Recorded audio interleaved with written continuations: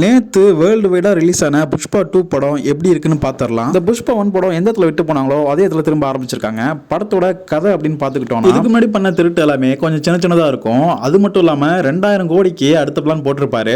இந்த பிளானை வந்து ஃபகத் ஃபாசிலுக்கு தெரியாமல் எக்ஸிக்யூட் பண்ணாரா இல்லையா, இதுதான் இந்த படத்தோட ஒன்லைன் ஸ்டோரி. ஆக்சுவலாக இந்த படங்கிறது ஃபர்ஸ்ட் ஹாஃப்ங்கிறது ரொம்பவே சூப்பராக இருந்துச்சு.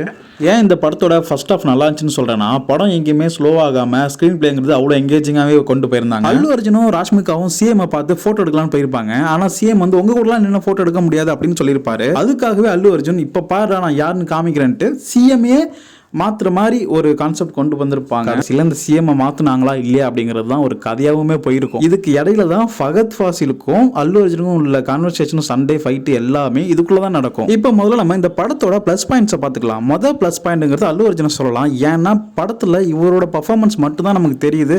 மித்தபடி ஃபகத்தோட பர்ஃபார்மன்ஸை நமக்கு தெரியலன்னா பாருங்க, அந்த அளவுக்கு ஃபகத் ஃபாசில்கிட்ட இருந்து நடிப்பை வாங்கலையா, இல்ல நம்ம அல்லு அர்ஜுன் வந்து அவரை விட இவர் டாமினேட் அதிகமா பண்றாரா சில இடத்துல அப்படிங்கிறது நிறைய இடத்துல தெரியுது. அல்லு அர்ஜுன் இந்த படத்துக்கு மிகப்பெரிய ஒரு ப்ளஸ் பாயிண்டாக சொல்லலாம். ஏன்னா அவ்வளோ ஆக்டிங்கிறது அந்த அளவுக்கு ஒரு ரியாலிட்டிக்காக இருந்துச்சு. நிறைய எஃபர்ட்டும் போட்டிருக்காரு. அடுத்தபடியாக இந்த படத்தோட ப்ளஸ் பாயிண்ட் அப்படின்னு பார்த்துக்கிட்டோம்னா படத்தோட மியூசிக்கை சொல்லலாம். எக்ஸாக்டாக பிஜிஎம் சொல்லலாம். இந்த புஷ்பா 1 திரைப்படத்துலலாம் வந்து பாட்டுங்கிறது அந்த அளவுக்கு நிறைய பேசும் பொருளாக தான் இருந்துச்சு. ஏன்னா எல்லா பாட்டுக்குமே ரொம்ப இம்பார்ட்டன்ட் கொடுத்து தான் பண்ணியிருந்தாங்க. பட் ஆனால் புஷ்பா 2ல இந்த பாட்டு ரிலீஸ் ஆனதுலேருந்து எந்த ஒரு தாக்கத்தையும் ஏற்படுத்தலை ஆடியன்ஸ் மத்தியில். அதனாலவே கொஞ்சம் டல்லாக தான் போயிட்டு இருந்துச்சு. பட் ஆனால் படத்தோட பார்க்கும்போது படம் ஓரளவுக்கு பாட்டுங்கிறது சுமாராக தான் இருந்துச்சு.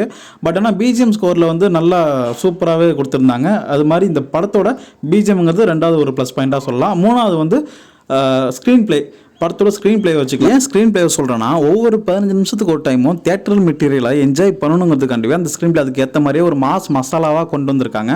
அது கொஞ்சம் எங்கேஜிங்காக தான் இருந்துச்சு. எந்த இடத்துலையும் கொஞ்சம் இந்த ஒரு 3 மணி நேரம் 20 நிமிஷம் படங்கிறத மேக்ஸிமம் எங்கேயுமே வந்து ஞாபகப்படுத்தாத மாதிரி கொண்டு போயிருந்தாங்க. இந்த ஒரு ரீசனுக்காக தான் ஸ்க்ரீன் பிளேவும் ஒரு 3வது ஒரு பிளேஸில் கொண்டு வந்து வச்சிருக்கேன். அதுக்கு அடுத்தபடி இந்த படத்தோட கான்ஸை பற்றி பார்த்துடலாம். செகண்ட் ஹாஃப்னாலே கான்ஸ் தாங்க. ஆக்சுவலாக ஃபர்ஸ்ட் ஹாஃப் மாதிரி செகண்ட் ஹாஃப் இல்லை. ஒரு பிரச்சனையாக நான் செகண்ட் ஹாஃபை சொல்லுவேன். அவ்வளோ லென்த்து, அவ்வளோ லேக்.